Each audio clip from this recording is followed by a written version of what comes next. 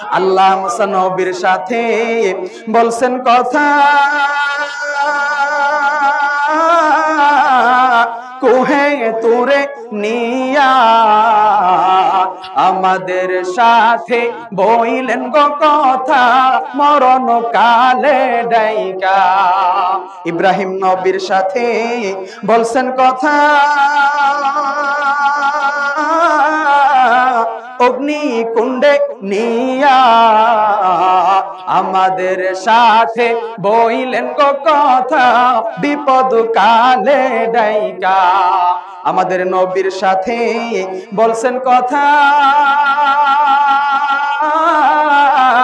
মেরাজতে নিয়া আমাদের সাথে বইলেন গো কথা, পাঁচ ওয়াক্ত নামাজের সিজদায় আয়েশা। আল্লাহু আকবার, জোরে বলেন। পয়গম্বর মুসা আল্লাহ রাব্বুল আলামিনকে এই কথা বলার পর মালিক রব্বুল আলামিন পয়গম্বর মুসাকে ডাক দিয়া বলে, পয়গম্বর তুমি কবরওয়ালাকে জিজ্ঞাসা করো, কবরওয়ালা তোমার প্রশ্নের জবাব দিয়া দিবে। কবরওয়ালাকে জিজ্ঞাসা করলো, যাওয়ার সময় দেখলাম তোমার কবরের মধ্যে আযাব, ফিরতি পথে রওনা দেখলাম তোমার কবরে আযাব নাই, ব্যাপারটা কি? কবরওয়ালা ডাক দিয়া বলে, ও পয়গম্বর, আমি দুনিয়া থেকে আসছি, কবরের মধ্যে তেমন কোনো আমল নিয়ে আসি নাই, বদ আমলের কারণে আজকে আমার কবরের মধ্যে আযাব। তবে পয়গম্বর, দুনিয়াতে থাকার সময় আমি আমার স্ত্রীর গর্ভের মধ্যে একটা সন্তান রেখে আসছিলাম, ওই সন্তানটা আমি মারা যাওয়ার পর দুনিয়াতে জন্মগ্রহণ করলো। দুনিয়া থেকে জন্মগ্রহণ করার পর আমার স্ত্রী আমার সন্তানকে মাদ্রাসার মধ্যে পাঠায়া দিল। সুবহানাল্লাহ, জোরে বলেন। মানে কি? আল্লাহর দ্বীন শিখার জন্য, আল্লাহর পথ শিখার জন্য উস্তাদের কাছে, আল্লাহ ওয়ালাদের কাছে পাঠায়া দিল। যখন নাকি আমার ওই কলিজার টুকরা ছোট্ট সন্তান উস্তাদের কাছে যাইয়া পড়তে থাকে, কি পড়তে থাকে? মুসলমানের প্রত্যেকটা কাজ শুরু হবে আউযু বিল্লাহ বিসমিল্লাহ দিয়া, কথা বলেন ঠিক কিনা? এখন তো আমরা দাঁড়ায়া দাঁড়ায়া চা খাই, আর ওই যে বিলায়ের পাছা ওটা না টানলে আমাদের পেটের ব্যথা হজম হয় না, মানে বিড়ি, কথা বলেন ঠিক কিনা? বাথরুমে যাও বিড়ি টানে।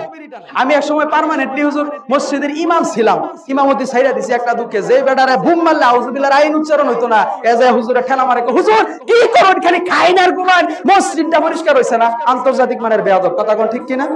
তোমার কি যোগ্যতা আছে তুমি হুজুর উস্তাদ নিয়া, আলেম নিয়া চিন্তা ভাবনা করার মতো তো শক্তি সাহস তোমার নাই। এই দায়িত্ব তো আল্লাহ তোমারে দেয়। তুমি যেভাবে আছো তুমি এইভাবে পরিচালনা হও। পারলে আলেমের হাতে পায়ে ধরে ইসলাম শিক্ষা করো।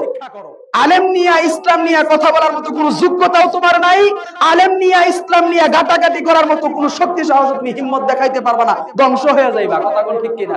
তখন যে মসজিদের বাথরুম পরিষ্কার করতাম ছাত্রদেরকে নিয়া, ছাত্ররা এসে বলতো, হুজুর দেহ নিয়া, কিন্তু কি দেহ নিয়া বিড়ির মুতা কারে, মানে আল্লাহর বান্দা মসজিদের বাথরুম বাত রাখছে না, ওই নও যায় বিড়ির মুতা টানে। নাউজুবিল্লাহ কোন? এই একটা মেসেজ আপনাদেরকে দিয়া দিলাম। এই সমস্ত কুরুচিপূর্ণ কাজ আমরা যারা করি, সবাই করি না, আমরা যারা করি, আল্লাহ রাব্বুল আলামিন যেন আমাদের সকলকে এই সমস্ত কুরুচিপূর্ণ কাজ থেকে হেদায়েত দান করে, হেফাজত করে। সূরা বলেন আমিন। আরেকবার করি আমিন।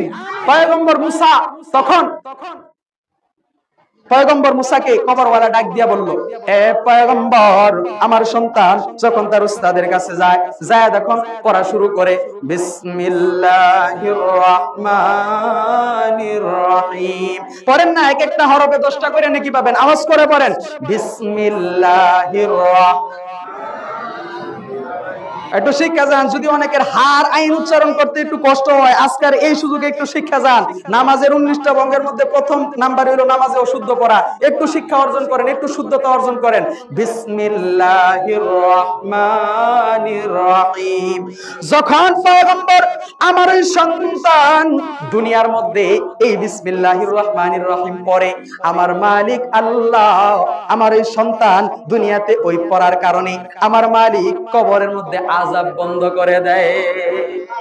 এই জন্য আপনি একটা সন্তান হাফেজ বানাবেন, আলেম বানাবেন, কঠিন কিয়ামতের ময়দানে হাফেজে কোরআনকে আল্লাহ ডাক দিবে, এই হাফেজে কোরআন তুমি তেলাওয়াত শুরু করো, আউযু বিল্লাহ বিসমিল্লাহ পড়ে আলহামদুলিল্লাহ থেকে শুরু করে একটা আয়াত পড়বে, একতলা বিল্ডিং হয়ে যাবে, 2 আয়াত পড়বে, 2 তলা বিল্ডিং হয়ে যাবে। এরকম করতে করতে 6666টা আয়াত পড়বে, 6666 তলা বিল্ডিং আল্লাহ জান্নাতের মধ্যে তৈরি করে দেবে। আর এই জান্নাতের মধ্যে গেলে যারা হাফেজ হাফেজদেরকে আলেমদেরকে মাদ্রাসার সাথে সহযোগিতা করে থাকে, আল্লাহ রাব্বুল আলামিন তাদেরকেও ওই হাফেজ আলেমের সাথে জান্নাতের মধ্যে দিয়ে দেবে। তো একটা শেষ কথা আপনাদেরকে বলে দেই,